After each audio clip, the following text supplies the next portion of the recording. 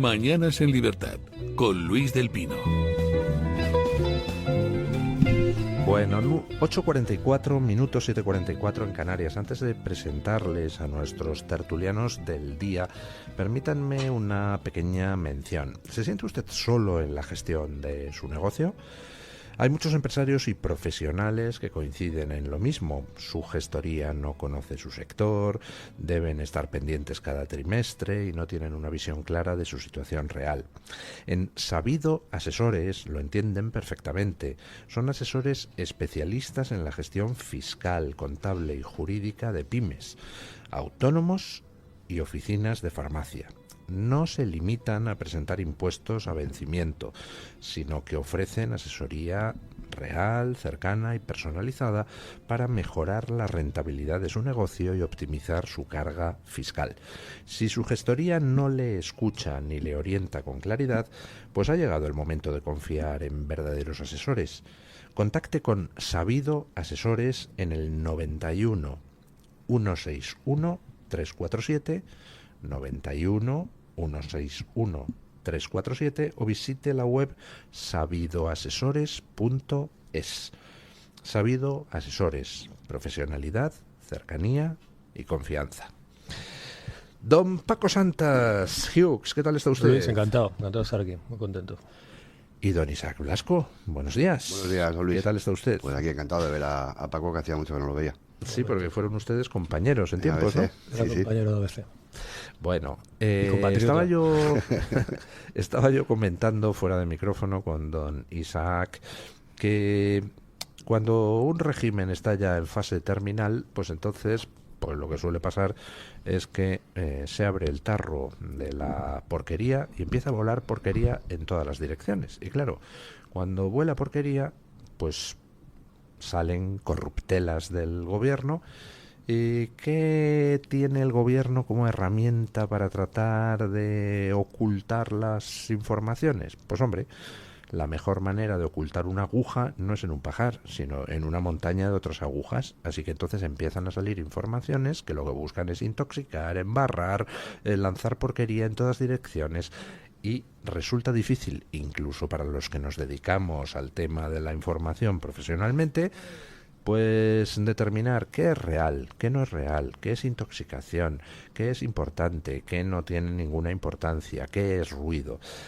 Bueno, estamos viendo cómo están saliendo 200 millones de informaciones sobre la fontanera, sobre Aldama, sobre casi todo. Y está volando porquería de un sitio a otro, y yo entiendo que haya mucha gente que se pierda. Intentamos poner un poquito de orden en qué es importante, qué no es importante y cómo está la situación en estos momentos de esta especie de gobierno zombie. Don Isaac, ¿cómo ve usted el asunto? Yo creo que hay un elemento que a mí me parece que es diferencial con respecto a la dinámica que se venía sosteniendo desde el propio gobierno, y es el hecho de que 3 ministros, María Jesús Montero, Pilar Alegría y sobre todo Óscar López, participen de manera explícita, indisimulada y absolutamente intencionada de la propagación de un bulo.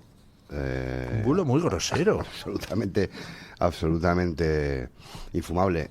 Y eso a mí me parece que es un salto cualitativo en la propia degeneración de una estrategia que yo considero que no tiene nada de improvisada, que está muy elaborada, por muy burda que se muestre a la sociedad. Al margen de eso, a mí, y lo digo con total sinceridad, me sigue sorprendiendo que el PSOE sufra tan poco desgaste en las encuestas como estamos viendo con la que está cayendo. Es algo que a mí me cuesta mucho entender.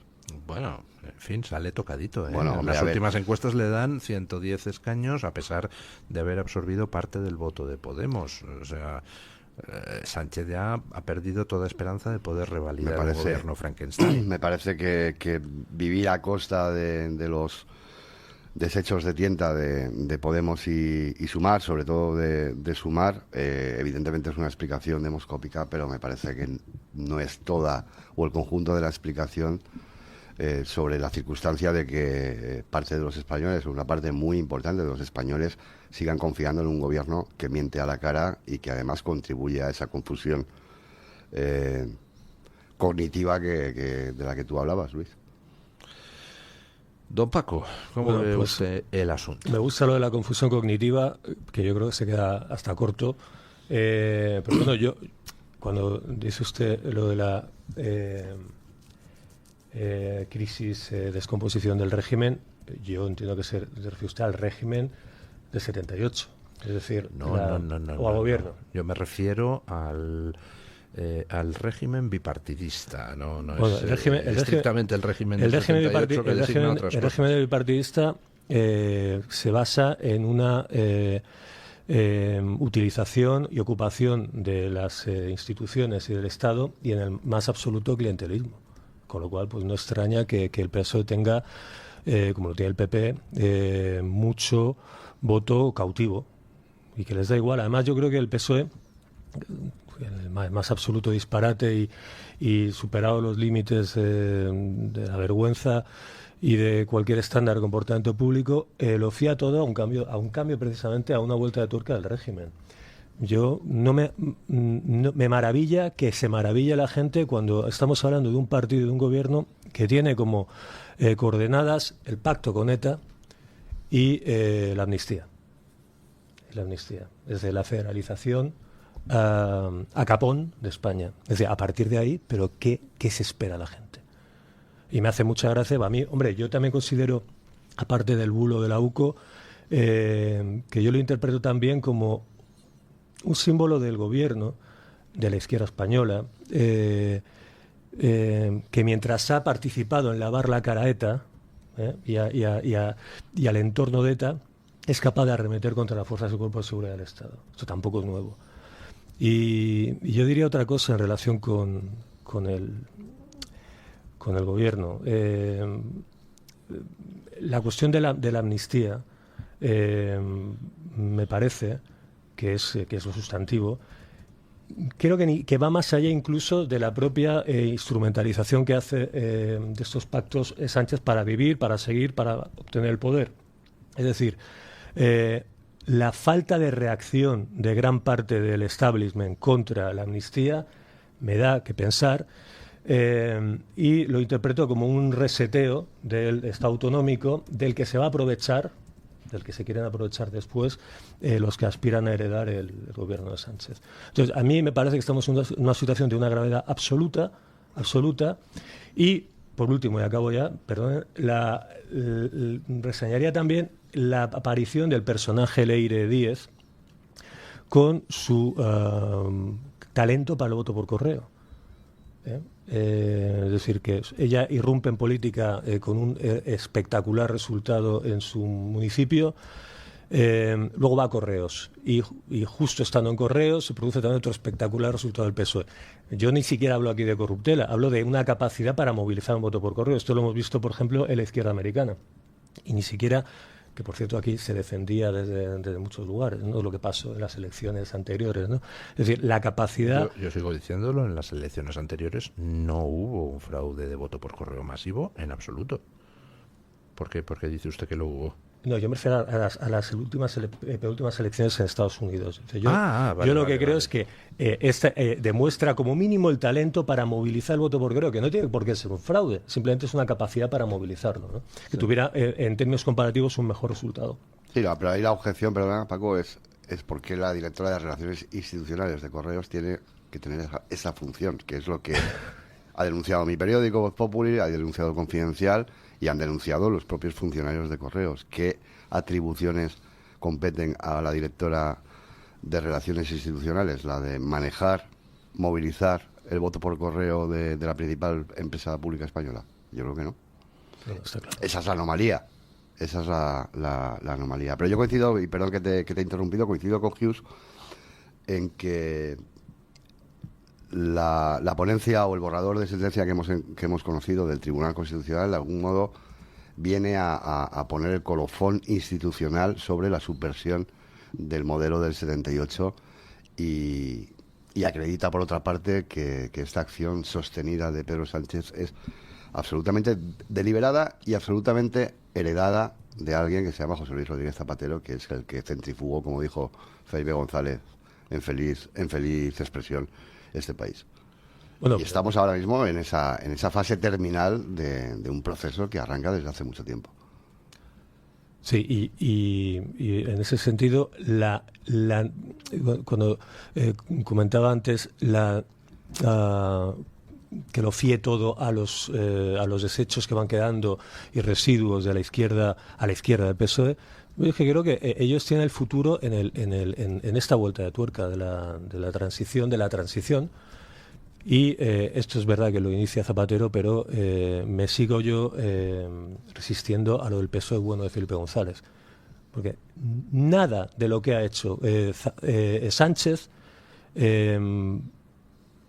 creo que alcanzaría lo que hizo el otro, lo que hizo González. Con lo cual, es verdad que Zapatero da una vuelta de tuerca en el consenso de la transición, pero yo no sé cuándo ha habido un PSOE bueno. Pero es que utiliza usted un lenguaje cargado de implicaciones con las que no estoy de acuerdo. Dice, Zapatero dio una vuelta de tuerca en el consenso de la transición. No, Zapatero se cargó el consenso de la transición. O sea, no es una derivada del consenso de la transición lo que hizo Zapatero de resucitar el guerracivilismo, impulsar el federalismo, etcétera, etcétera. No estuvo etcétera. solo, le tuvieron que acompañar. Cuando digo que él inicia y detrás de él se suman, porque sí, por yo supuesto, recuerdo o sea, cuando, y lo siento ya, bueno, quizás no me he tomado, no he desayunado suficiente y la cafeína me está haciendo mucho efecto, pero es que yo recuerdo en un plato de televisión a Zapatero agradeciendo al rey Juan Carlos su colaboración en establecer un clima de entendimiento en sus negociaciones con ETA. Esto lo escuché yo en un programa de televisión que estaba yo viendo, que yo entonces hacía crítica de televisión, y me quedé patidifuso, ¿no? Bien, patidifuso. Pero eso que está usted diciendo, bueno, y yo añadiría otras cosas, o sea, Zapatero pone en marcha un proceso, luego Rajoy con su mayoría absoluta del PP lo consolida, pero eso no quiere decir que es que estuvieran extrayéndose las últimas consecuencias del régimen del 78, no, lo que estaban haciendo era cargárselo, y que el rey Juan Carlos pues ahí tuvo un papel bastante poco brillante a la hora de validar aquellos contactos con ETA, estoy de acuerdo, pero insisto, no era una consecuencia del régimen del 78, al contrario, era dinamitar el régimen del 78. Yo creo que Sánchez y Zapatero antes hacen lo que hacen porque pueden hacerlo. Es decir, cuando el Constitucional pone el huevo de la ponencia, bueno, lo hace porque es un órgano político. Sí. Político. Bueno, pues entonces... pero no debería serlo, y en la Constitución española no dice que tenga que ser un órgano político dedicado a cargarse España. Lo que dice, al contrario, es que tiene que ser un órgano que debe velar por el cumplimiento de la Constitución. Lo que pasa que después pues llega un señor que se llama Zapatero y decide dinamitar todo, el PP se suma al dinamitado y entre todos consiguen convertir cada una de las instituciones en una parodia de las mismas, y ahora el Tribunal Constitucional es el ariete contra la Constitución, que es una cosa espectacular, ¿no? Sí. Bueno, yo seguiría en este partido de tenis, yo respondiéndole, pero dejémoslo ahí, pongámoslo si quiere Zapatero, pero lo que yo quiero decir es que la descomposición y la cadaverina del sanchismo no se entiende sin los mimbres que encuentra él y sin los problemas institucionales del régimen actual. No se entiende. Bueno, hacemos una pausa publicitaria y seguimos. El Toro TV también es Radio Libertad. ¿Tu piel ha perdido firmeza? ¿Tus articulaciones están más rígidas? La fórmula de Aminopac contiene aminoácidos precursores del colágeno y vitamina C necesarios para la salud de tu piel, huesos y articulaciones. Dale a tu cuerpo lo que necesita para producir colágeno con Aminopac. Pídelo en tu herbolario o farmacia o visita ahora mederinutrición.com. Si quiere solucionar con éxito su pérdida auditiva, visite Mi Centro Auditivo. Profesionales expertos con más de 20 años de experiencia en la mejora eficaz de la audición. En Mi Centro Auditivo le ofrecen la tecnología más vanguardista, como los audífonos Phonak, que cuentan con los avances más novedosos en prestaciones tecnológicas, diseño y conectividad. Reserve su cita y disfrute de un mayor bienestar con una mejor audición. Encuéntranos en iVoox, Spotify, Amazon Music y Apple Podcasts. Radio Libertad, a un clic de distancia. ¿Quiere anunciarse en la radio y no sabe por dónde empezar? En Radio Libertad le brindamos la oportunidad de promocionar su negocio en una emisora comprometida con la libertad de expresión. Aproveche nuestras ofertas exclusivas para nuevos clientes.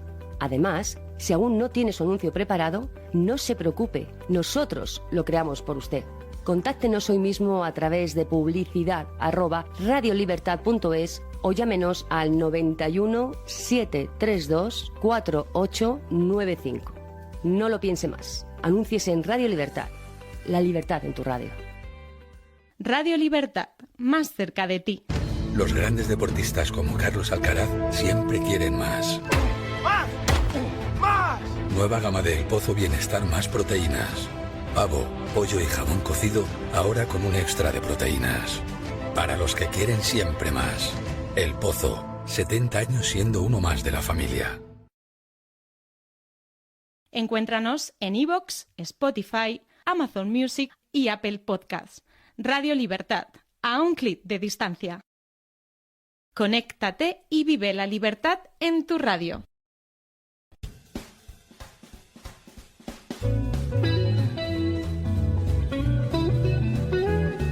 Mañanas en Libertad, con Luis del Pino.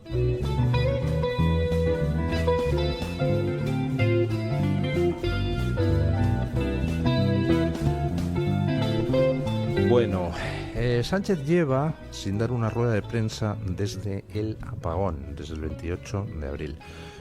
Está huyendo de los periodistas, igual que lleva ya muchísimo tiempo huyendo de los ciudadanos y no puede salir a la calle si no hay antes un dispositivo policial que tome la zona para evitar que la gente se acerque y le insulte a Sánchez. Bueno, pues igual que está huyendo desde hace muchísimo tiempo de los ciudadanos, ahora huye también de los periodistas y desde el apagón no hay ruedas de prensa.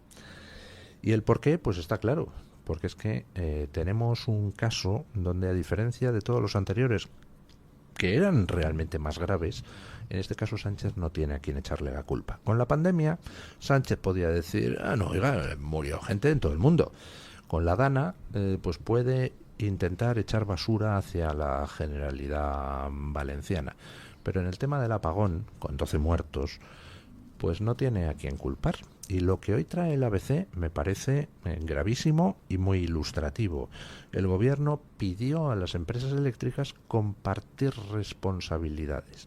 Les dijo, oye, vamos a elaborar una explicación conjunta del apagón donde la responsabilidad se comparta entre las empresas eléctricas y Red Eléctrica, la operadora dependiente del gobierno. Y las empresas eléctricas le dijeron que no. Y entonces, desde entonces, el gobierno empezó a presionarlas para tratar de que asumieran ellas la culpa, o al menos parte de la culpa, y nada, se le han plantado las empresas. Así que, por primera vez, pues ha habido una catástrofe con muertos, donde Sánchez no tiene a quién echarle la culpa. Ya hemos visto cómo los operadores europeos están señalando al experimento de Sánchez con las renovables. Los medios de comunicación extranjeros, igual. El operador portugués acaba ya de remitir al gobierno portugués su informe del apagón, donde echa las culpas a Red Eléctrica Española. Y aquí Red Eléctrica dice que hasta dentro de 5 meses no tendrá un informe. Sánchez está intentando ganar tiempo, pero tiene un problema fundamental, que es que el único responsable es él, de 12 muertos. Y yo no sé cómo va a salir de esta. Bueno, yo siempre he creído que si algo le va a pasar factura a Sánchez en un futuro inmediato es precisamente la jornada del 28 de abril y ese apagón sin precedentes en un país que pasa por ser la cuarta economía del euro y la 12ª potencia mundial, me parece, por ahí anda. Yo creo que ahora cobra sentido que personas como Ignacio Galán vengan diciendo desde hace mucho tiempo, y además en debates públicos con la propia Beatriz Corredor, que la responsabilidad única y exclusiva compete a Red Eléctrica, que está participada, como todos sabemos, de forma mayoritaria por el Estado. Pero es muy verosímil lo que publica hoy ABC, es decir, esa técnica de compartir las responsabilidades sobre cuestiones absolutamente excepcionales, a mí me parece marca de la casa. Por tanto, le doy toda la credibilidad al hecho de que el gobierno quiera repartir culpas entre las operadoras privadas. Más allá de que la propia estrategia del gobierno de, por ejemplo, tratar de desacreditar a una cabecera como Daily Telegraph por el hecho de que publica lo de los experimentos, pues también da cuenta de la falta de recursos con que cuenta este Ejecutivo para tratar de hilvanar un relato o un argumentario convincente y ajustado a la realidad. Sí, es que es curioso. Ese gobierno es fundamentalmente un gobierno, dirían ellos, narrativo. Y en este asunto tienen verdaderas dificultades para componer el típico espantajo ideológico, culpar al fascismo, al cambio climático, al gobierno anterior, etcétera. Verdaderamente, lo que dice Isaac me parece notable. Desde luego, si este gobierno al final paga el pato por la cuestión de... Lo digo porque el otro día venía una encuesta precisamente en Valencia, creo que del Levante, que daba un aumento de intención de voto a la izquierda en Valencia después de la Dana. Y dices como hombre, hay una gestión también ahí de Mazón, pero veo que como lo de la Dana han ido pasando por encima de ello. Yo creo que más o menos están saliendo airosos. Lo del apagón sí que... aparte, bueno, lo del Telegraph fue una cosa tremenda, ¿no? Porque ahí parece que había gente apuntando desde fuera, ¿no? Que no iban a rescatar porque es verdad que en estos experimentos de las renovables y en esta radicalidad climática, siempre parece que España, o en este caso Teresa Rivera, por ejemplo, era avanzadilla de Europa, ¿no? De que estaba siguiendo unas recetas de fuera, ¿no? Como laboratorio, pero no se percibe un rescate narrativo, digamos, ¿no? Bueno, vamos a ver por dónde nos sale Sánchez, iba a decir Zapatero. Pero ¿a dónde conduce una situación donde ya el presidente ni se atreve a enfrentarse a los periodistas? Es decir, la legislatura ¿hasta dónde puede progresar? Ya, no se atreve a enfrentarse a los periodistas, pero dio una chapa absolutamente infumable con ocasión de la inauguración de un hospital que entra en funcionamiento dentro de un año y que carece hasta de unidad de cuidados intensivos. Es decir, lo de ayer fue una foto de Teodoro Obiang, pero en blanco, lo digo tal cual. A mí me pareció absolutamente delirante que el presidente del gobierno ayer aprovechara esa comparecencia para sacar pecho sobre sus 7 años de impronta en este país, de los que nos vamos a acordar durante muchas generaciones. Darme una sensación de poco sentido de la realidad o de una negativa psicológica a percibir el clima absolutamente de derrota que se ha instalado en esta sociedad por la gestión o por la no gestión, por incomparecencia de un gobierno que, como decía Paco, se dedica fundamentalmente a tratar de construir versiones sobre cuestiones para permitirse o para tratar de escaparse de su propia responsabilidad. ¿Han escuchado ustedes sus palabras hablando de la ciudad autónoma de Sevilla? Sí. Bueno, un lapsus no tiene cuatro pasos, tampoco hay que ser. Y marca un antes y un después, como ha dicho antes la ministra, también en el compromiso con nuestro sistema de salud. Porque donde hubo despidos masivos y se cerraban plantas enteras de atención sanitaria, hoy se abren hospitales públicos como este aquí en la ciudad autónoma de Sevilla. Esta es la España de hoy, un país que lidera y que es motor de crecimiento económico de toda la Unión Europea. La ciudad autónoma de Sevilla. Bueno, a lo mejor ha sido el rey marroquí el que le ha impuesto que no podía decir Melilla. No sé, pero vamos, coincido con usted. Estamos ante una inauguración de un hospital pues que está sin acabar, lo cual indica pues que él para lo suyo, a las operaciones de marketing, a salir, dar el titular. Pero llama mucho la atención que sea en Melilla donde hace eso. Melilla donde se juegan un escaño en las generales. ¿Está ya en clave preelectoral el amigo? Yo creo que está permanentemente en clave preelectoral. Permanentemente. Yo recuerdo, perdona, total. Que me ha avanzado. Recuerdo cuando Sánchez ocupó la presidencia provisional, de turno de la Unión Europea, organizó un encuentro entre estadistas europeos y creo que eran de Iberoamérica o de Caribe, no recuerdo bien, y los dejó colgados él era el anfitrión, y los dejó colgados para irse a Huesca a dar un mitin porque había un escaño bailando. Sí, señor. Yo creo que eso, para mí es un valor, para mí es algo que le distingue. Otra cosa es que estés de acuerdo o no en sus prácticas, pero esa raza política sí la tiene, y ese compromiso con el trabajo, aunque sea un trabajo mal enfocado, no se le puede discutir. Sí, no, yo he hecho ese gesto no porque quisiera yo la palabra, pero sino porque es que es clamoroso que vive en un estado electoral. Yo creo que con Sánchez tengo ya, supongo que porque es que son llevamos mucho tiempo analizando al personaje, y creo que, humildemente lo creo, tenemos que pasar a una pantalla más del juego. Es decir, por un lado, no desligarlo de lo anterior ni del entorno, y por otro lado, empezar a valorar las capacidades de este hombre.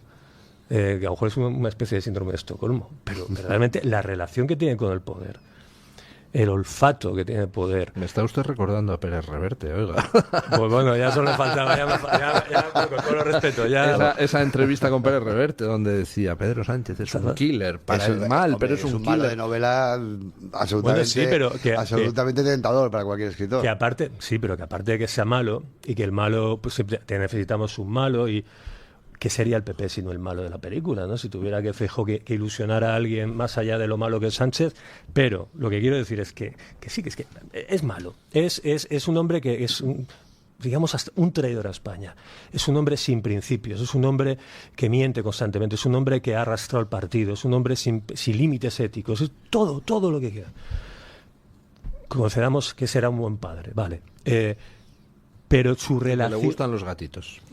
Pero su relación con la manera que tiene de ir a por el poder, eso, de estar constantemente pergeñando, de levantarse, de hacer de cada derrota, de cada traspiés, la oportunidad para salir airoso y para llevar la iniciativa. Yo creo que en cierto modo, me atrevería a decir que debemos hasta aprender un poco de su capacidad. Yo veo que tiene una relación con el poder, con la política, con el manejo de todo, que a mí ha llegado a un punto, a ver cómo lo digo, he llegado a un punto de asombro admirativo, de que ya lo veo y digo, tío, a ver cómo sale esto. Sí, pero yo creo que hay un punto ahora mismo, es verdad, que yo creo que eso es una forma de estar en la vida, la política o en cualquier otra esfera. Pero yo creo que no todo depende del voluntarismo que supone levantarse todas las mañanas con esa mentalidad. Y me explico. Yo creo que Sánchez ahora tiene un grave problema, que es un problema que no es exclusivo de él, sino que es extensivo a todo el proyecto que él representa. Y es que los peones con que cuenta dejan mucho que desear en capacidad. Es decir, no están a su altura de maquiavelismo, y tenemos ejemplos palmarios. Santos Cerdán, por ejemplo, como secretario de organización, no tiene nada que ver con José Luis Ábalos. José Luis Ábalos nos puede parecer una caricatura, nos puede parecer Konrad Adenauer, nos puede parecer lo que queramos, pero nadie le va a discutir que sabía, que conocía el trapo, que conocía el paño. Luego en Moncloa tenemos otro ejemplo, que es el señor Rubio, el nuevo jefe de gabinete, bueno, ya no tan nuevo, ya unos meses, de Sánchez. Una persona muy brillante, creo que fue el número 1 de su promoción, creo que estudió historia, si no recuerdo mal, y luego estuvo en Estados Unidos, en varias universidades de mucho prestigio en Reino Unido también. Bueno, en fin, esta persona no tiene ninguna conexión con el partido. Óscar López sí la tenía cuando era jefe de gabinete. Óscar López es un pésimo candidato y probablemente un muy mejorable ministro, sobre todo porque le pierde la boca. Pero más allá de eso, como jefe de gabinete, parece ser que se desempeñó con bastante soltura y con bastante acierto. Es decir, hay unos mimbres y unas estructuras que antes estaban en manos de personas con una capacidad, incluso de una capacidad, lo vamos a decir muy abruptamente, con una capacidad para hacer el mal encomiable, que ahora evidentemente se nota que no existe. Y eso es un gran problema para Pedro Sánchez. Y eso es lo que yo creo que supone de algún modo un cambio de paradigma en esta legislatura, que nació en estado de coma y que ahora está ya en fase de paliativos, vamos, está en fase terminal. Y yo lo atribuyo a que ahora mismo, por ejemplo, no hay una capacidad manifiesta para hacer frente a la crisis que se ha generado por la fontanera o la llamada fontanera de Ferraz, como tampoco hay, como hemos visto en la noticia que comentábamos, una capacidad de confrontar o de rebatir cosas que se están diciendo con respecto al apagón eléctrico del 28 de abril. Son 2 ejemplos, pero hay muchos más. Y ese hándicap yo creo que Sánchez lo tiene muy presente, y creo que explica parte de su forma de conducirse en todas estas crisis, que es con una huida hacia adelante, escurriendo el bulto y tratando de no dar la cara pública. Me ha recordado lo que le dijo Ábalos a Vito Quiles el otro día en el paseo por Marchalenes. Es que, joder, dices, es Florencia, no, es Marchalenes. Pero eso era genial. Y le dice, me reivindicarás, Vito, me reivindicarás. Y al fin... hay que reconocer que es un crack, ¿eh? Hombre, a ver, estamos... El paseo con el perro, las hechuras taurinas, porque creo que el padre era torero, o sea, con el perro, ¿cómo lo lleva? Bueno, pero dices, bueno, es verdad que ahí había un conocimiento, para empezar, de la naturaleza humana, pero también dices, lo que ha hecho Sánchez, lo que ha conseguido Sánchez, que ha puesto patas arriba, que ha orientado el país, que se ha cargado... Es que lo ha hecho con Ábalos, con Koldo, con Leire Díaz, ahora con Santos... O sea, ha ganado la Copa Europa con un equipo de tuercebotas, la verdad, pero es verdad que claro, él va, hay fusibles que va soltando y se va quedando solo y tiene que renovar un poco el equipo narrativo. Es muy curioso también, por ejemplo, cómo sus intentos de cambiar televisión española están fracasando en audiencia. Totalmente, ¿no? Totalmente. A mí me llama poderosamente la atención. Y luego hay otra circunstancia, que es, por ejemplo, la recuperación de elementos que fueron absolutamente defenestrados. Y estoy hablando de Iván Redondo. Iván Redondo ahora mismo es, ¿cómo diría yo?, como el gran chamán en el que todo el mundo confía para revertir esta situación. Muy sobrevalorado, así entre usted y yo. Muy sobrevalorado, no, absolutamente sobrevalorado. ¿Sabes por quién, sobre todo? Por un tal Monago, que fue el primer presidente del Partido Popular que gobernó Extremadura, que yo lo he escuchado en público y en privado, comparar a Iván Redondo, no lo sé, con Churchill y Kennedy, sí, redivivos. Claro, yo una vez no fui capaz de decirlo y quizá lo debía haber dicho. Más que Iván Redondo, lo que Monago hizo para ser presidente de gobierno fue pactar con Izquierda Unida. Es decir, hacer una pinza clásica absolutamente incongruente con los propios principios del Partido Popular. ¿Le van a recuperar al final a Iván Redondo? No, ya está más que recuperado. ¿Sí? ¿Ya está trabajando para Sánchez otra vez? Está trabajando para Sánchez y está trabajando para intereses absolutamente antitéticos con respecto a Sánchez, que es lo más... no puedo contar más. No me digas. No puedo. Luego te lo digo en privado y tú haces lo que quieres. Bueno. O sea que Iván Redondo está haciendo el gurú electoral para Sánchez y para algo antitético con Sánchez. Pues no sé, será la justicia, la humanidad... No, es mucho más concreto y más pedestre. Bueno. Vamos a ver qué es lo que sucede en las próximas semanas, pero yo ya veo al gobierno absolutamente noqueado. ¿Qué les parecen a ustedes las encuestas que han salido este lunes? Otro indicio más de que estamos en víspera de elecciones. Tres encuestas salieron ayer, lunes. GAT3 para ABC, Sigma 2 para El Mundo, 40dB para El País. La de 40dB para El País y la SER era especialmente curiosa, porque resulta que por primera vez en una encuesta, en un sondeo electoral, ponían a Abascal con mejor valoración entre la gente que Feijóo. Yo no lo había visto en ninguna encuesta nunca antes. Y en segundo lugar, hace 40dB un análisis del voto por edades, ya había salido hace tiempo, y además también en otras casas de encuestas, que Vox es el principal partido en la franja de edad de 18 a 24 años, pero es que ayer 40dB decía que Vox es ya el primer partido en la franja de 18 a 24, en la de 25 a 34 y en la de 35 a 44. Es decir, en los menores de 45 años, Vox ganaría en estos momentos las elecciones. ¿Qué tiempos aquellos donde el que ganaría en la franja más joven era Podemos, verdad? Y no fue hace tanto. Sí, bueno, esto ya teníamos más que intención, evidencias. Y bueno, se corresponde mucho con esa guerra que hay cuando tú lees a los jóvenes. Su obsesión, además de ideológica, del derecha contra izquierda, es una obsesión generacional. A mi juicio, a veces un poco demasiado enfática y equivocada. Pero para ellos la obsesión son los boomers.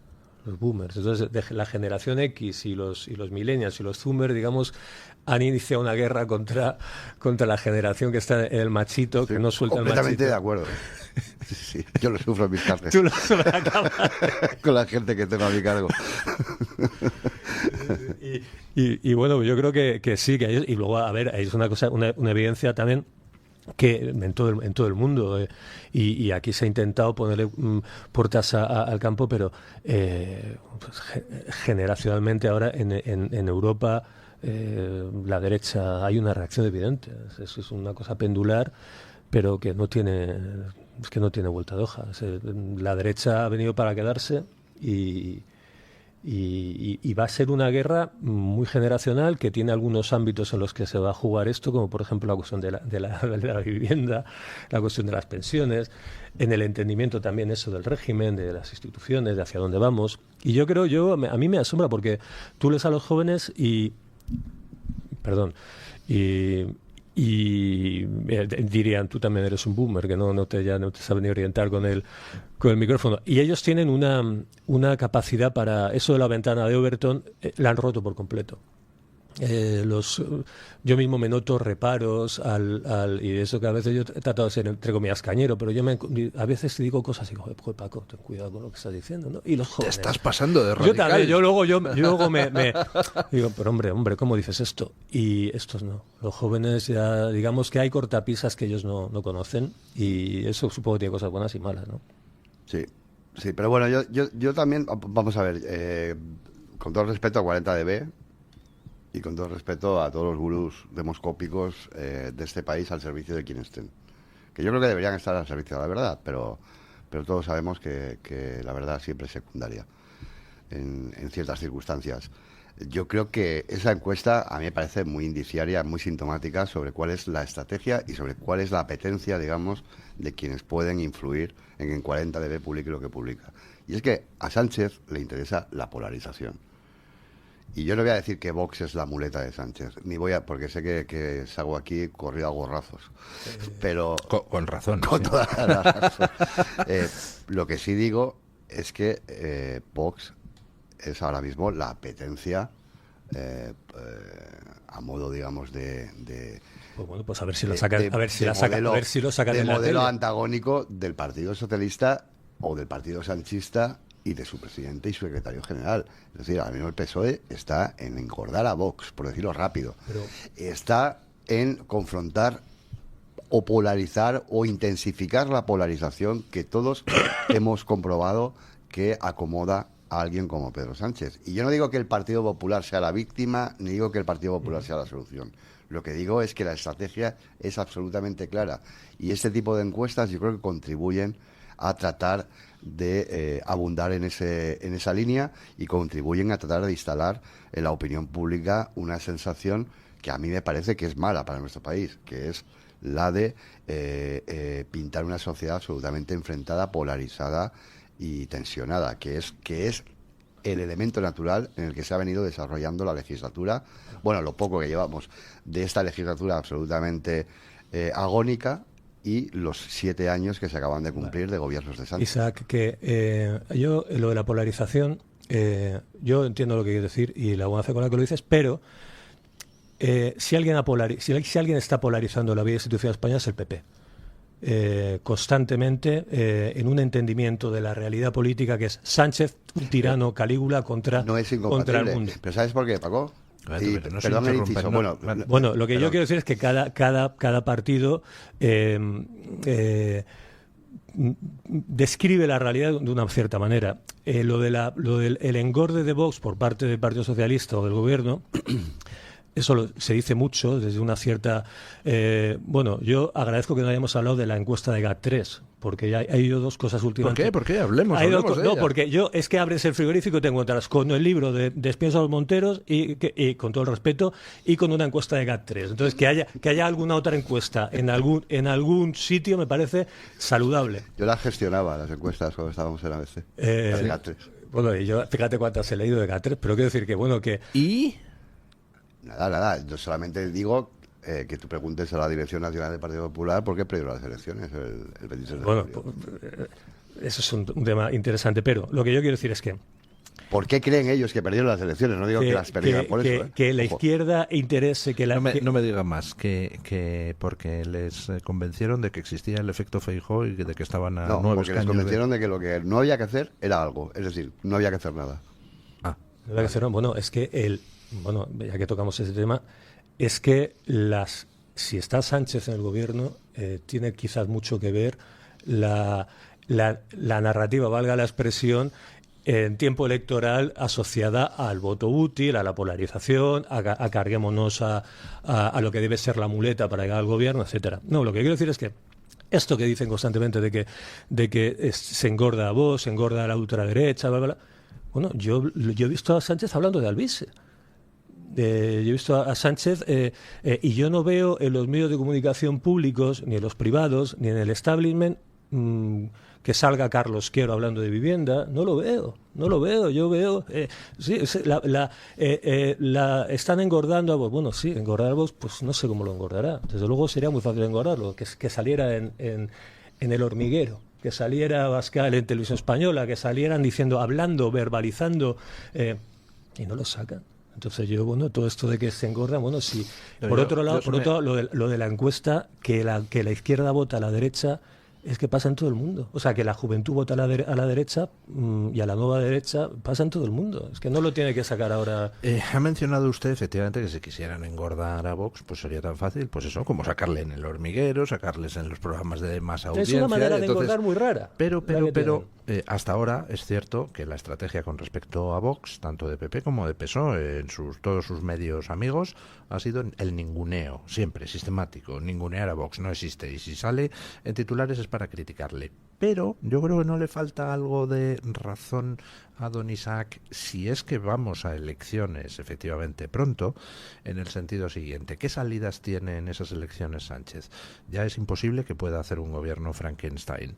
O sea, ninguna encuesta ni en los sueños más húmedos de Tezanos puede ya Sánchez volver a revalidar su mayoría, que ya fue muy escasa en el 23J. Por tanto, en estas elecciones Sánchez no va a poder hacer un gobierno de izquierdas si vamos a unas elecciones. Solo tendría una salida para irse con dignidad, que sería tratar de conseguir un escaño más que el PP, ¿no? Si consigue un escaño más que el PP, aunque él no pueda formar gobierno de izquierdas, le puede ir a Feijóo y decirle: oiga, ¿se acuerda usted de ese debate en la campaña del 23J donde me puso un papelito diciendo nos comprometemos aquí a apoyar a aquel de los dos que sea la lista más votada? ¿Se acuerda usted de que me lo propuso, señor Feijóo? Pues mire, he sacado un escaño más que usted, así que espero que sea usted coherente y me apoye para ser presidente de gobierno. Y si Feijóo no lo hace, que no lo podría hacer, porque entonces le corren a gorrazos sus propios electores, pues entonces Sánchez diría: bueno, pues yo me voy, dejo a otro del PSOE aquí y me voy con dignidad porque he sido la lista más votada.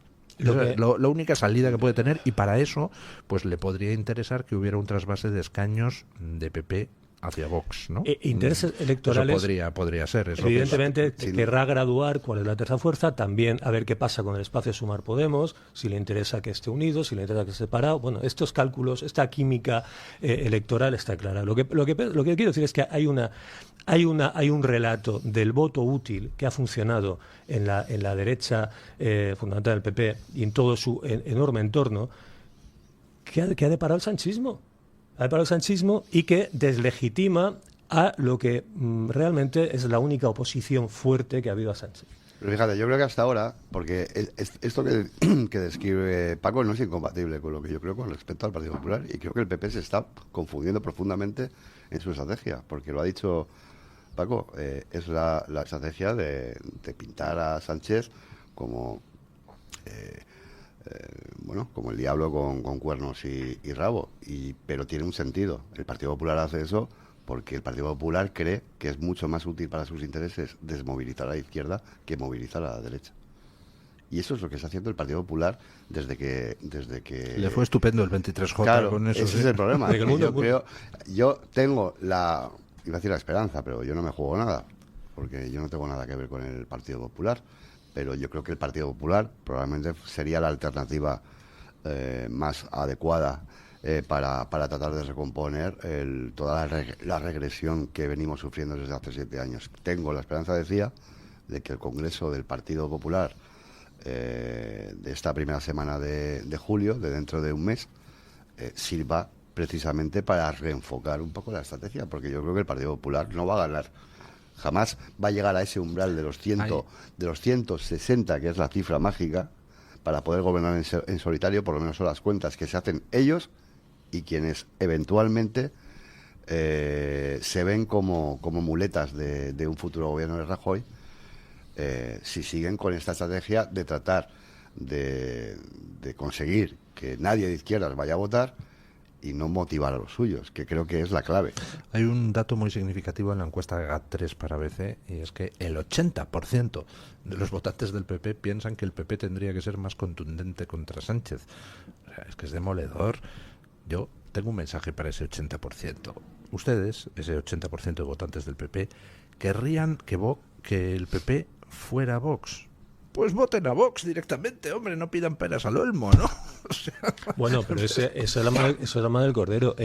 Ellos lo hacen muy bien. O sea, el Partido Popular, siempre hablamos de la capacidad del Partido Socialista y tal, pero es que yo también me estoy empezando a quedar boquiabierto con la capacidad del Partido Popular de generar ese tipo de historias, ¿no? Es decir, constantemente, no, el PP tal, el PP, pero ellos crean una barrera para sus votantes de...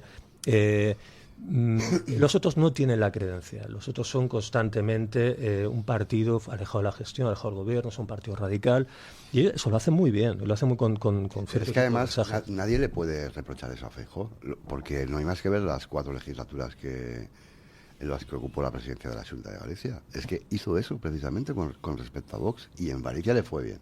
Yo no digo que esté bien hecho. Bueno, digo que es una manera de estar en Galicia política. Consiguió una proeza enorme, y es que el BNG nunca se manifestara contra Feijóo por su política lingüística, y además lo hizo muy inteligentemente. Adoptó Luis, la política lingüística del BNG. Con todo el respeto, si partimos de que consideramos en esta mesa a Feijóo un peligroso comunista, entonces no, un peligroso comunista no. Ojalá, un peligroso nacionalista gallego. Progre nacionalista gallego. Es broma. Pero mira, hace unos días, es que no puedo, hay cosas que no se pueden contar. Pausa publicitaria y seguimos. Suéltala. Pero El Toro TV también es Radio Libertad. Escápate de Madrid. Ven al restaurante El Torreón en la cima del Monte del Pardo. Las mejores carnes y pescados desde 40 euros, vino incluido. Carne picaña brasileña y lomo de buey auténticos. Disfruta de su famosa paella con langosta y de grandes vinos y licores en sus amplísimos salones climatizados y terrazas. Cocina abierta de 11 de la mañana a 1 de la noche. Parque infantil, gran parking. Restaurante El Torreón. Naturaleza a 10 minutos de Madrid. Reservas en restauranteeltorreón.com. La historia que conocemos no siempre refleja la verdad. Los presos del Valle de los Caídos, lugar de sufrimiento y trabajos forzados, El jueves 12 de junio a las 7 de la tarde, Alberto Bárcena, historiador y ensayista especializado en historia contemporánea e Iglesia Católica, desvelará muchas incógnitas. Llama e inscríbete al 91 616 2464 o enviando un correo a clubdeamigos@clubdeamigos.org. Podrás asistir de forma presencial o conectarte desde tu propia casa. No faltes, te esperamos. Hospital Psiquiátrico San Francisco de Asís y Comunidad Terapéutica San Antonio.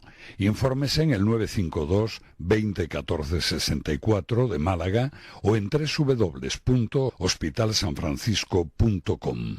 ¿Está harto de que le hagan esperar al teléfono? ¿De que no le expliquen las ventajas de la contratación en sus seguros? Ahora puede contar con Incos. Le damos un trato personalizado y le ofrecemos un ahorro en sus seguros. Así que no espere más y llame a Incos al 91 032 69 47. El DHA omega 3 es clave en el funcionamiento normal del cerebro, la visión y el corazón. Si te preocupa el deterioro asociado a la edad, debes tomar DHA. El DHA de Mederi Nutrición tiene certificación IFOS, máximo estándar de pureza y calidad. Busca DHA Pure NPD1 o visita ahora mederinutrición.com.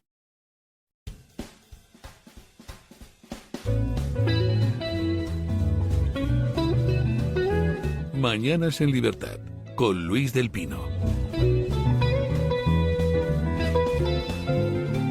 Controlable. Bueno, hay un par de noticias que me gustaría comentar. Una, pues sobre los límites éticos del periodismo, y otra sobre los límites éticos de la administración sanitaria.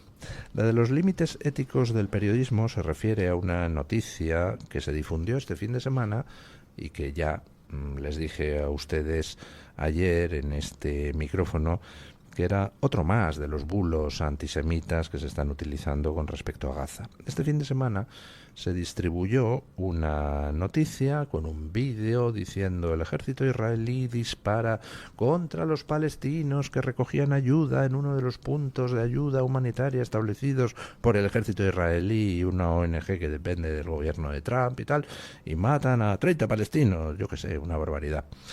Inmediatamente salió el ejército israelí y salió la ONG que gestiona esos puntos a desmentirlo, pero dio igual. O sea, se hicieron eco todos los, bueno, el 90% de los medios de comunicación occidentales cuando era una mentira burda. Ayer ya la BBC pues publicó un comunicado retractándose oficialmente de esa noticia de la que se habían hecho eco.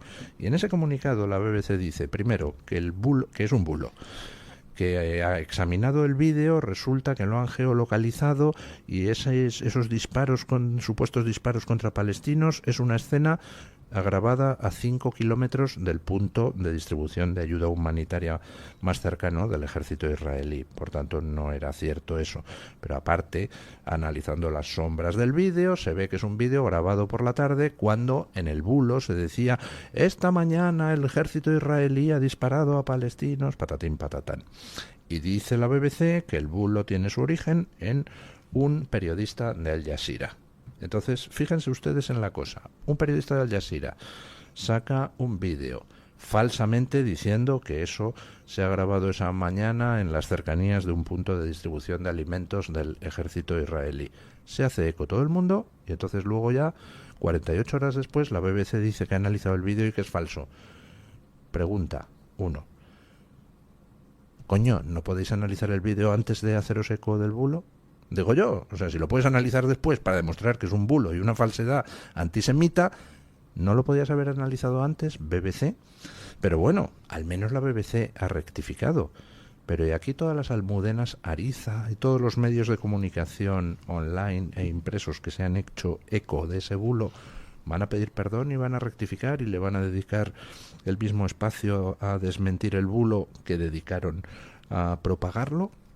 Aquí estamos en una especie de guerra de propaganda donde jamás suelta cualquier bulo y lo malo es que encuentra a un montón de gente dispuesta a comprarle el bulo automáticamente y sin verificar absolutamente nada. ¿Por qué? Porque lo que sea atizar a Israel pues siempre será bueno, ¿no? O sea, me parece una cosa absolutamente demencial. Eso en cuanto a ética periodística. Y en cuanto a ética de la administración sanitaria, la noticia que llega del País Vasco de que a un pediatra especializado en niños en fase terminal resulta que le han amonestado porque hay una niña de 4 años en fase terminal que resulta que el pediatra la ha atendido usando material público fuera del horario establecido, porque resulta que a los niños en fase terminal en la administración vasca se les atiende de lunes a viernes. El sábado y el domingo debe de ser que desaparece la terminalidad. Y entonces, como cogió y fuera de su horario de trabajo y gratis, pero cogiendo material de la sanidad pública vasca, atiende a la niña de 4 años, que la pobre se está muriendo, y van y le amonestan. Y dices, ¿pero qué narices es esto? Es el signo de los tiempos. A mí me parece muy sintomático de la tontuna que hay establecida, sobre todo en las administraciones públicas, en las que fundamentalmente se ha primado el afán de control y sobre todo las trabas y los atentados contra el sentido común y contra la propia humanidad y la lógica en la relación entre personas en una sociedad sana. Y eso lo estamos perdiendo, y me parece que el primero que lo está perdiendo es precisamente quien tiene que gestionar los recursos públicos. Sí, yo con el tema del periodismo, bueno, lo de pedir ética al periodismo es como pedir a Jack el Destripador, no sé, respeto a la anatomía, no lo sé. A mí me da mucho miedo, yo casi ya no retuiteo nada, no me fío nada de lo que veo en internet, porque con la inteligencia artificial es que ya ni las chicas en bikini me creo, porque todo eso también son... Yo, en el tema de Gaza, me fío de lo que diga Trump, que no es dudoso. Y Trump ha dicho, eso está destruido, eso es un horror, hay que ayudar a Gaza. Y Trump no es de ver las imágenes... es decir, pero hay que tener mucho cuidado, porque toda la vida la gente pro-Palestina ha utilizado golpes de teatralización, y ahora con la inteligencia artificial pues te puedes comer un bulo tremendo. Entonces hay que tener mucho cuidado. La realidad es que, hombre, es grave lo que está pasando, y bueno, el tema de Gaza pues nos tiene en Unai, y me imagino que hablaremos ahora del tema de Ucrania, que también se levanta uno por la mañana a saber lo que está pasando, porque cualquier día no sale un chupinazo y se acaba esto, ¿no? Bueno, ha habido ayer ronda de conversaciones en Estambul, y ha pasado lo previsto, que Rusia ha puesto sobre la mesa toda una serie de peticiones de máximos. Ucrania había puesto ya sobre la mesa hace unos días también sus peticiones de máximos, y ambas propuestas son absolutamente incompatibles. Vamos, la rusa es que llega hasta el extremo de pedir que se le entreguen, además con reconocimiento internacional, las 4 regiones en disputa en el sur y en el este, que Ucrania no pueda acceder a la OTAN, que se limite el tamaño del ejército ucraniano a una cantidad previamente pactada. Bueno, y hacer dachas en Leganés, macho. Es imposible de aceptar por Ucrania. A lo que sí han llegado es a acordar un nuevo intercambio de prisioneros. Yo ya lo llevo diciendo hace mucho tiempo, al que menos le interesa la paz en estos momentos es a Putin, porque él la guerra en tierra la va ganando. De vez en cuando Ucrania y el negociete va en aumento, porque la guerra se ha convertido, perdona que te haya interrumpido, Luis, interrúmpame usted. La economía rusa se ha convertido en una economía de guerra, en una industria de guerra en la que se están lucrando los grandes oligarcas rusos, que están conchavados y que viven en la connivencia permanente con el presidente ruso. Bueno, es un negocio que se están forrando como cerdos los oligarcas rusos que viven conchavados con Putin, y algunos occidentales que están haciendo con la guerra un negocio de 3 pares de pelotas. Efectivamente, pero es un conflicto que conviene singularmente a ese entorno.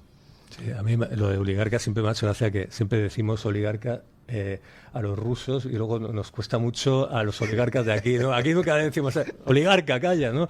Pero es verdad que siempre los oligarcas rusos los oligarcas siempre son los rusos. Ojito a los americanos, Ojito a los americanos, porque Trump mismo, voy a acabar con la guerra, no está acabando. La sensación que da es que es O sea, las posibilidades de Ucrania y de Rusia son de un antagonismo existencial. O sea, no se van a destruir totalmente. O sea, es una situación de destrucción. Y es muy decepcionante, claro, el papel de Estados Unidos, que por un lado hay un evidente zascandileo de la administración anterior que genera una serie de... Pero es que ahora tampoco Trump está sabiendo, mismamente no sabemos con los ataques que ha habido de Ucrania, con los drones, no sabemos exactamente qué opina la administración norteamericana, si sabían o no sabían. Vamos a ver, la administración Eso americana dice que lo ignoraba, pero yo no lo creo. Imposible. O sea, yo creo que la administración americana, incluso es posible que haya proporcionado parte de los datos de inteligencia utilizados por Ucrania para atacar en una operación brillantísima la flota de bombarderos estratégicos rusos. Yo creo que sería ingenuo pensar que no sabía nada Estados Unidos. Pero brillantísimo también. Usted me saca del error si no es así, pero han atacado bases, infraestructuras con armamento nuclear, que por lo visto algunas estaban a la vista, eran conocidas en virtud de los tratados que obligaban a ello. Pero el armamento nuclear no se tiene en superficie. El armamento nuclear está siempre bajo tierra, dispuesto para que salga el misil. Abres la compuerta del silo y sale el misil, pero nunca se tiene en superficie el armamento nuclear. Las infraestructuras militares destinadas al armamento nuclear, creo que ha sido lo que se ha atacado y eran visibles. Los bombarderos Exacto. que sirven, por ejemplo, entre otras cosas, para transportarte una bomba atómica. ¿Sí? Por eso digo que quiero decir que ya no es que en la escalada de respuesta, la respuesta se escale, es que se escala hacia lo nuclear. No. Bueno, vamos a ver, si yo envío un dron y me cargo un bombardero que está en superficie en el aeródromo, aunque ese bombardero se pueda, en caso necesario, utilizar para transportar una bomba nuclear a 5.000 kilómetros, pero ahí no hay riesgo nuclear de ningún No hay riesgo tipo. nuclear, pero ¿qué incentivos tiene, por ejemplo, Rusia para seguir teniendo las cosas a la vista si en virtud de esos pactos luego van a ser atacados? Lo que quiero decir es que hay una escalada peligrosísima que el resto del mundo vemos como asombrados y que en este caso Estados Unidos no está siendo capaz. La promesa de Trump era voy a acabar, hombre, cuando dice Trump al día siguiente nadie nos queremos que va a ser al día siguiente, pero que la realidad es que la cosa va peor, no va mejor. Básicamente yo creo que Trump ahí ha sido ingenuo y él pensaba, pues llego aquí y entonces pues cojo, le hago a Putin una oferta que no pueda rechazar y entonces pues le sentamos a la mesa de negociación y al final alcanzamos un acuerdo. Pero ahí tropezó con algo que yo creo que no esperaba, y es que le boicotearon la propuesta de paz desde el principio, desde el lado europeo. Entonces, claro, se encuentra con que Putin no quiere conversaciones de paz, a Putin le interesa seguir la guerra de desgaste, pero si por el otro lado, que es a quien le podría interesar las conversaciones de paz, resulta que se las boicotean, pues al final Trump ha dicho, a tomar por saco, vamos a ver, firmamos el acuerdo de minerales, que es la excusa que yo necesito para mi pueblo para decir que te voy a seguir vendiendo armas, que te voy a seguir suministrando armas, que en teoría me vas a pagar con ese acuerdo de minerales, y ya está, y haced lo que os dé la gana, y allá os apañéis vosotros con el acuerdo de paz, que no lo queréis, pues fuera. Y Putin, por supuesto, que no lo quiere. Ahí Trump ha pecado de ingenuo, y ahora se ha quitado de en medio de Estados Unidos, o sea, no se ha retirado oficialmente del asunto, pero ya dice Trump, bueno, si me necesitan que me llamen y me paso por las negociaciones, pero ya no está impulsando las negociaciones de paz porque ve que por el lado de Putin no las quiere Putin la paz, y por el otro lado pues parece que tampoco, pues ala, que continúe el espectáculo. Yo no creo que vaya a haber escalada en ningún momento, o sea, no creo que vaya a haber ningún problema de tipo nuclear o algo por el estilo, porque es que Putin no necesita escalar nada. Si es que la guerra de desgaste la gana Putin, sí o sí. Pueden estarse allí 7 años más y Putin pues tiene mano de obra barata para enviar al frente a la picadora de carne. Ucrania no. Ahora, ¿Ucrania puede conseguir algún golpe de mano efectivo contra Putin? Sí, y lo de este fin de semana ha sido humillante a tope para Putin. ¿Qué esperanza le queda a Ucrania de ganar la guerra? Pues yo solo veo una, y es que Putin tiene muchos años, y quién sabe, pues a lo mejor le da un parraque dentro de 3 semanas y yo no lo veo, se muere. Yo veo que este tío tiene una salud de...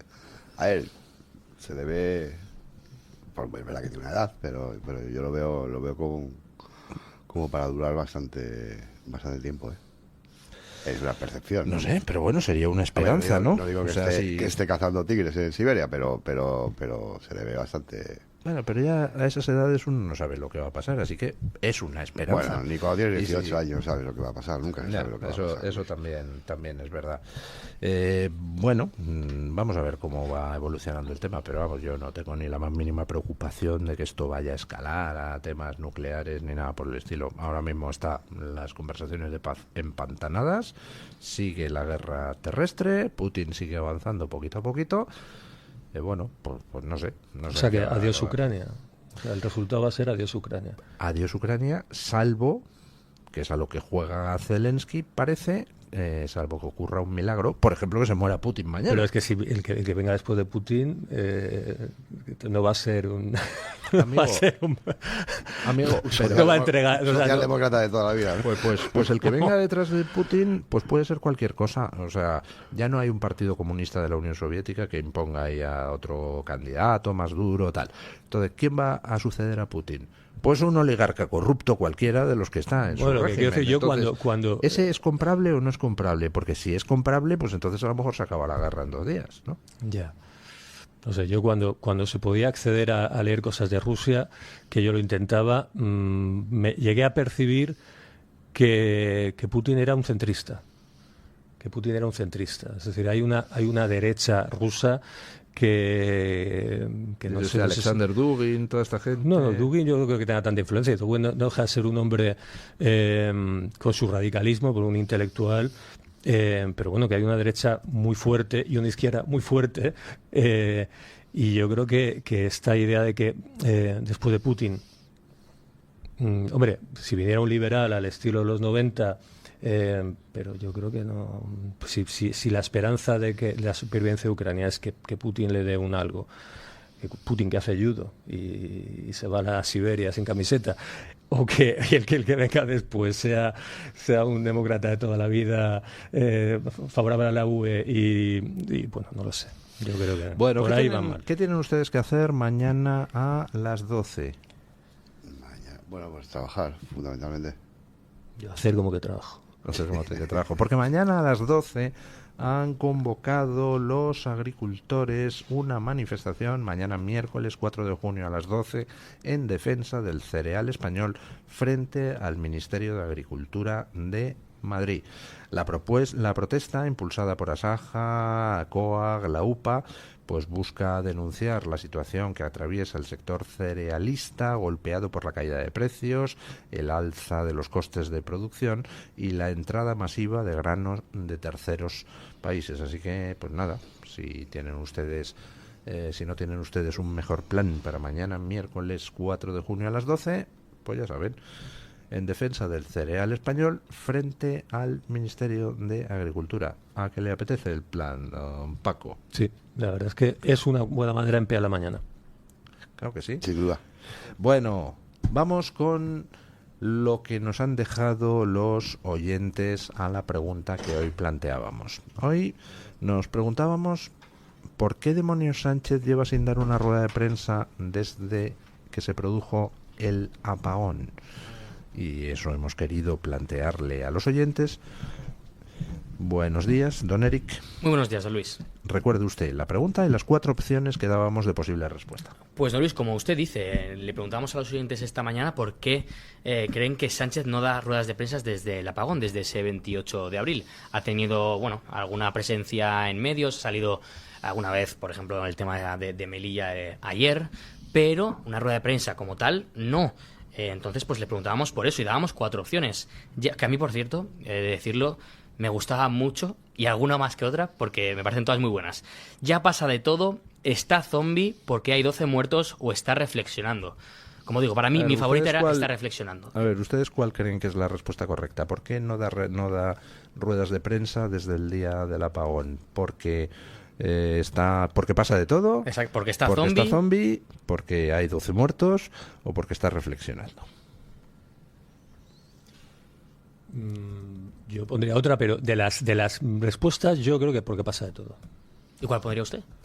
No lo necesita. Yo creo que ya tiene su canal unilateral desprecia completamente a la prensa. ¿No? Ya tiene lo suyo. ¿Y usted qué cree? Yo no creo, como dice Paco, que pase de todo, porque a mí me consta que está absolutamente suspicaz e intratable. ¿Sí? Sí. Hay miedo a entrar al despacho de Sánchez. De Pedro Sánchez. O sea, encima tampoco es buen jefe. Qué tío. Bueno, tira del tintero de la pluma. Que es una evidencia. A ver, pero lo digo para compartirlo con vosotros y con los oyentes, porque lo he vivido. Es decir, no lo he vivido, he sido testigo presencial. Yo he visto como Pedro Sánchez le ha dado unas chapas absolutamente inhumanas al José Luis Ábalos todopoderoso para apagar incendios en aquel gabinete llamado Bonito, aquel gobierno bonito en el que cada uno montaba y se metían unos cirios y se metían unos jardines absolutamente descomunales por inexperiencia.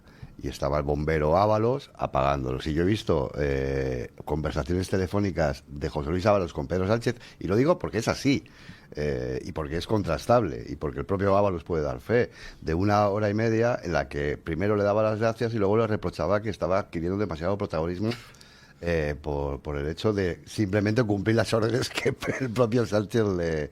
Es un poco psicopático este hombre. Bueno, pues entonces, pues Luis, tú que eres una persona experimentada y un magnífico periodista e intelectual, no me digas... ¿Que usted ha invitado a una cerveza? Continúe. No me digas con candor si Pedro Sánchez es buen jefe. Probablemente sea el peor jefe que se pueda tener en esta vida. Bueno, ¿qué ha salido en nuestra audiencia? Pues, don Luis, los oyentes han votado con un 61%, ya pasa de todo. La gente, en su mayoría, cree que ya le da completamente igual. En segunda opción, con un 18%, porque hay 12 muertos. Esa es la segunda opción más votada. En tercera está muy peleada. Mi favorita, que es que está reflexionando, no sobre el tema del apagón, sino en general. Yo es que me lo imagino sentado en una mecedora, pues reflexionando. Don Luis escribiendo otra carta, como decía Don Luis esta mañana. Bueno, sobre la vida, el universo y todo lo demás. Bueno, escribiendo... O a lo mejor se la están escribiendo. Sí, dictándola, ¿no? Bueno, más o menos. Escribiéndola en ChatGPT.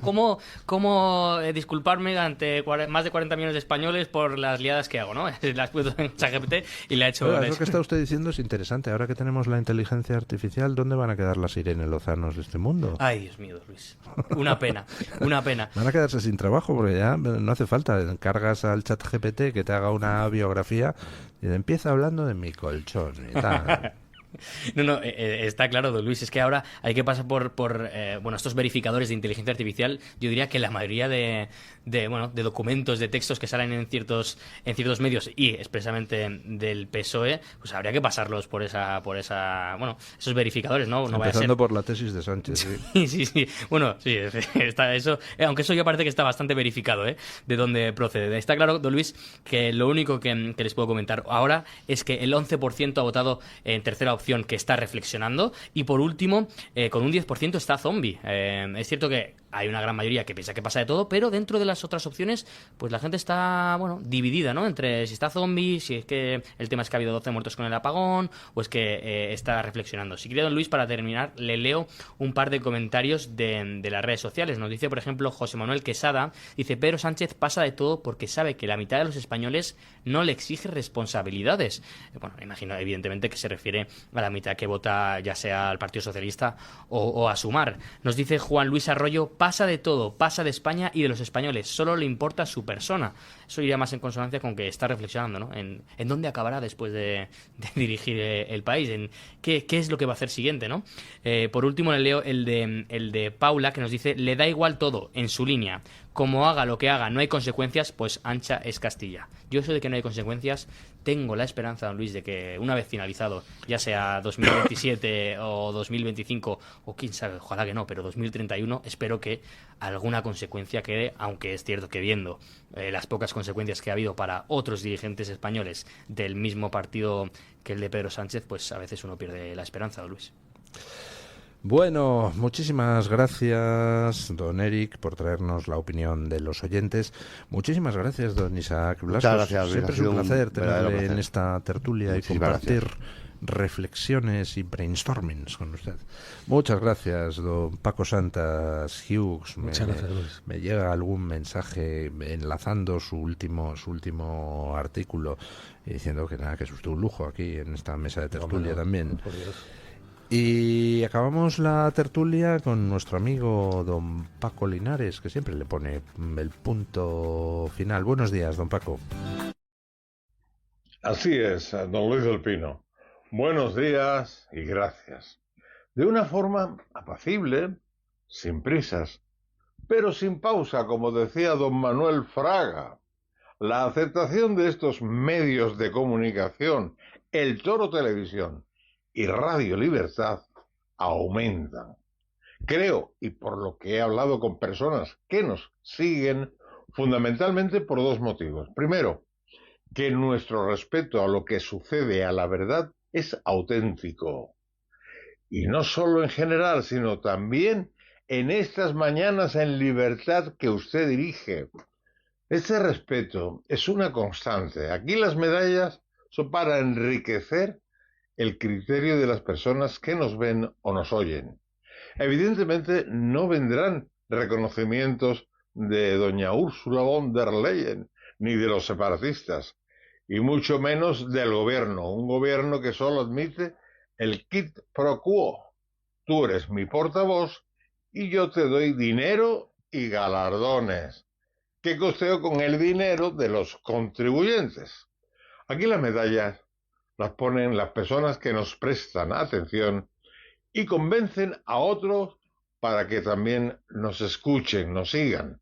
Y el segundo motivo es que por fin muchísimos se están dando cuenta de que este medio de comunicación es de ellos. Prueba de lo que digo es que la afiliación al club de amigos va en aumento y que gracias a estos podemos estar en las ondas del Internet y en tantos lugares de España y del mundo. Un servidor es simplemente un amigo, un invitado que se siente privilegiado por poderles decir a ustedes lo que veo con el solo objetivo de propiciar enfoques contrastados en política, moral, historia, de la manera más honesta posible. Y aquí, por maestros no queda. Es un lujo aprender y una gentileza que me ofrecen la oportunidad de compartirlo con ustedes. Mañana más y mejor. Punto final.